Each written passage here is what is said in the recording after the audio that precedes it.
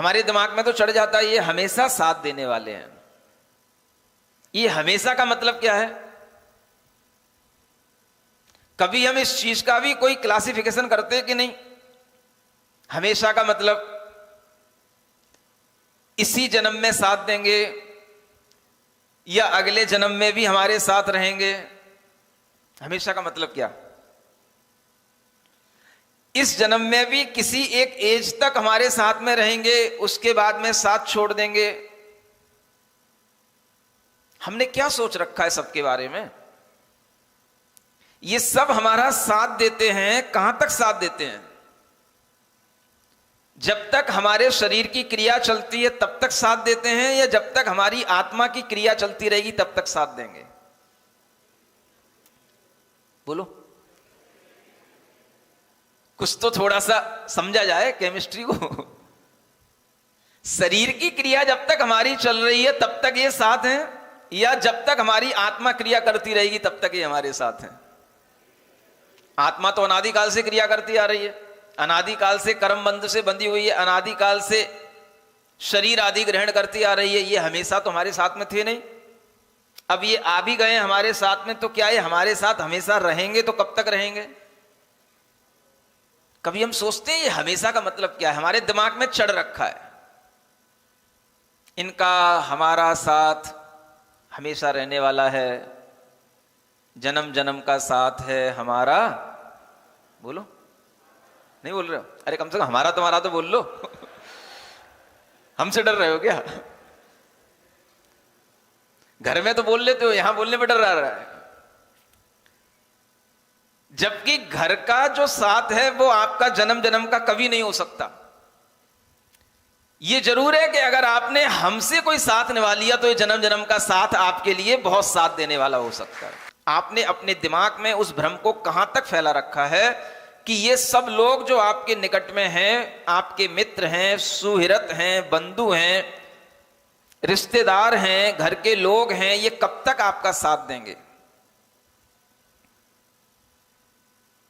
बोलो, ये प्रेत वन तक आप क्या साथ देंगे? इसमें एक शब्द आया, ये क्या लिखा है? प्रेत वन, जानते हो? भूत प्रेत नाम सुना है ना? ये भूत प्रेत कहां रहते हैं? इनका रेजिडेंस कहां है? इनके आलय कहां बने होते हैं? तो शमशान में इनका स्थान होता है। तो उस स्थान तक ही इनका साथ है। किनका? जिनके हाथ में हमारा हाथ है। उनका साथ कहां तक है? उस प्रेत वन तक है, उस श्मशान तक है, उसके आगे कुछ नहीं है। कमला चलत न पेंड जाय मरघट तक परिवारा। जानते हो इसका क्या अर्थ है? अपने अपने सुख को रोवे पिता पुत्र दारा।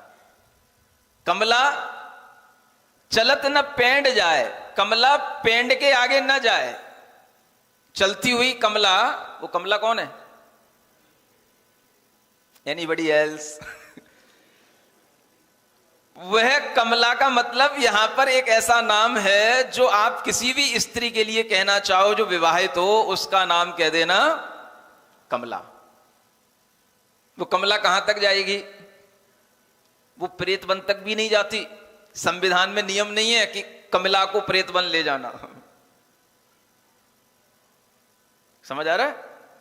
आपके भारतीय संविधान में नियम है कि स्त्रियों को केवल घर की चौखट तक ही रहना है, पेड़ तक ही रहना है, देहरी तक ही रहना है, और वहां तक ही चल करके, चिल्ला करके, रो करके वापस लौट आना है।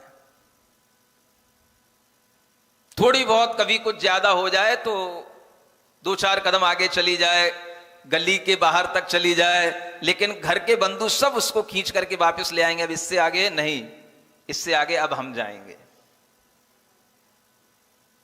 जो पुरुष लोग हैं वो अब लेकर के उसके आगे जाएंगे। जो उसके और बंधु होंगे, पुत्र होंगे, भाई वगैरह होंगे, वो सब आगे जाएंगे। और वो भी कहां तक जाएंगे? तो वह उस शमशान तक जाएंगे। कमला चलत न पेंड जाए, मरघट तक परिवारा। परिवार जो और भी है वो कहां तक जाएगा? वो मरघट तक जाएगा। फिर उसके आगे अब कौन जाएगा किसके साथ?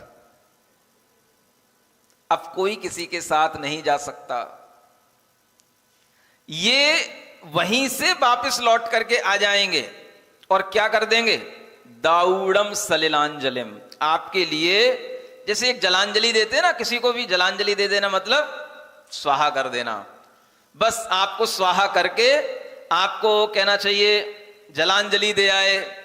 कभी कभी सम्मान में जलांजलि भी दे देते हैं, श्रद्धांजलि दे देंगे, जलांजलि दे देंगे। इसके अलावा ये आपके साथ और कुछ भी नहीं कर सकते हैं।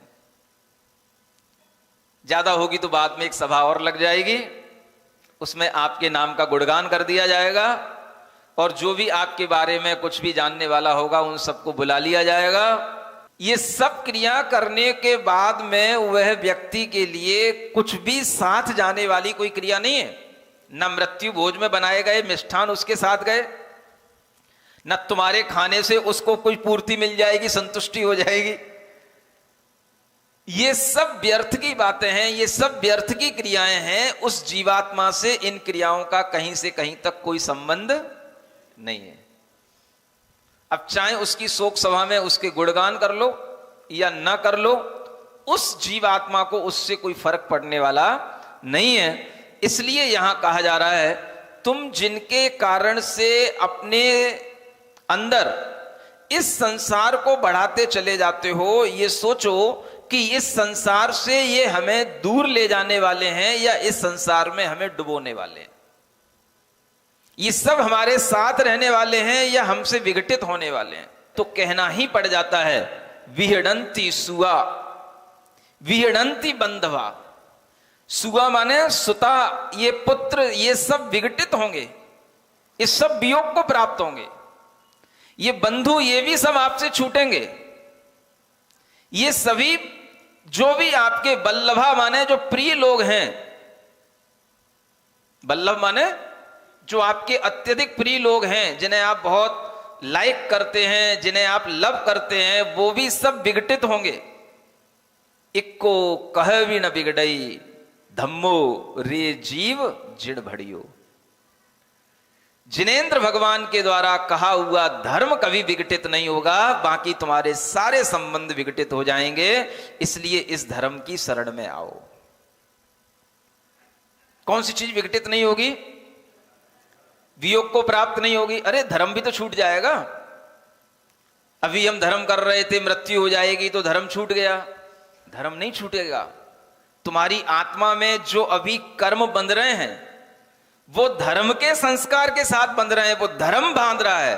और ये जो धर्म तुम्हारी आत्मा में अभी बंध रहा है, ये मृत्यु के उपरांत भी तुम्हारे साथ जाएगा। ऐसा फेविकॉल वाला धर्म का बंध हम आपके लिए करा करके आपको परलोक की यात्रा तक पहुंचाएंगे।